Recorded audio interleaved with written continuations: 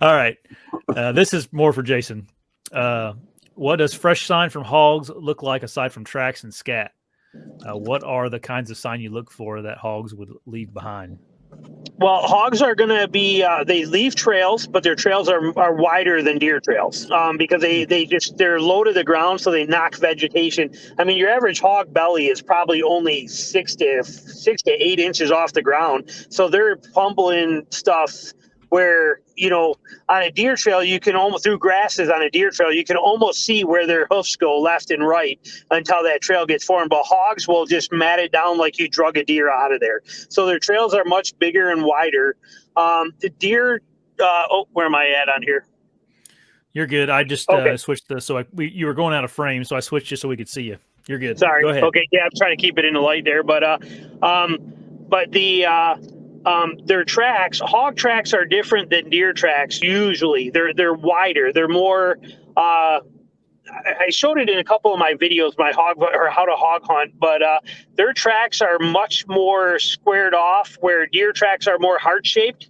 As they kind of come in, when you look at a deer track, it looks like that deer is meant for speed and finesse and fluid movement, where hogs look more like it came off of a Sherman tank, and it's just designed. They look more goat-like. They're designed to just get through everything.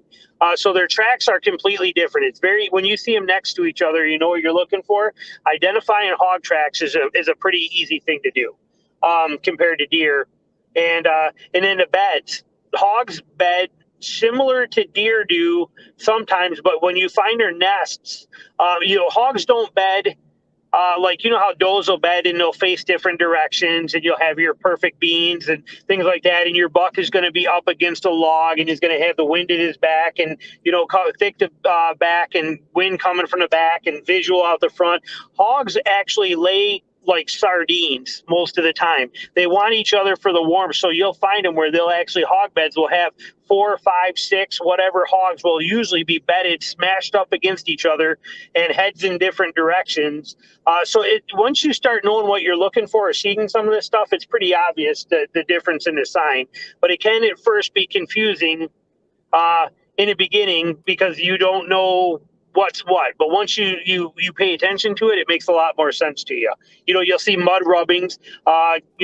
Hogs mud, or they rub on branches and sticks all the time after they wallow. So you'll see those are a dead giveaway. So it won't take you long to find a difference between the signs. Hey everybody, if you like the channel, make sure you subscribe right here. And if you like the clips, I got 2 more options for you. 2 options right here. Subscribe right here. See you guys.